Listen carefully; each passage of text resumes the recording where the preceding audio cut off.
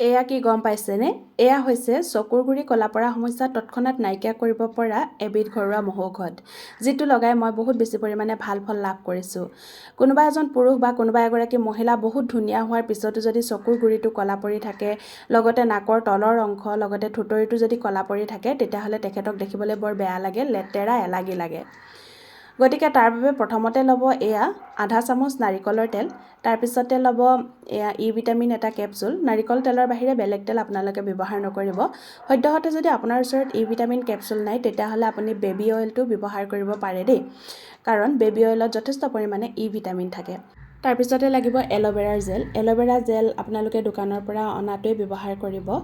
আৰু তাৰপিছতে ল'ব আপোনালোকে অকণমান হালধি।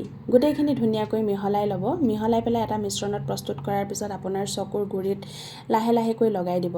তাৰপিছতে লগাব আপোনাৰ থুতৰিত আৰু আপোনাৰ নাকৰ তলৰ অংশত, যি অংশত আপোনাৰ বেছিকৈ ক'লা পৰিছে। মোৰ যি অংশত ক'লা পৰিছে তাতে মই এপ্লাই কৰিছোঁ আৰু আঙুলিৰে পাতল হেঁচা এটা দি পেলাই মালিচ কৰিছোঁ 2-3 মিনিটমান সময়।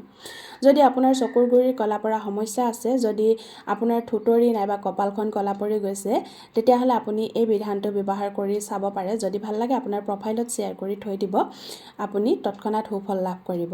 আৰু ঠাণ্ডা দিনত যে এইটো লগালে একদম বহুতেই ভাল। কুহুমীয়া পানীৰে শুকাই যোৱাৰ পিছত ধুই দিব।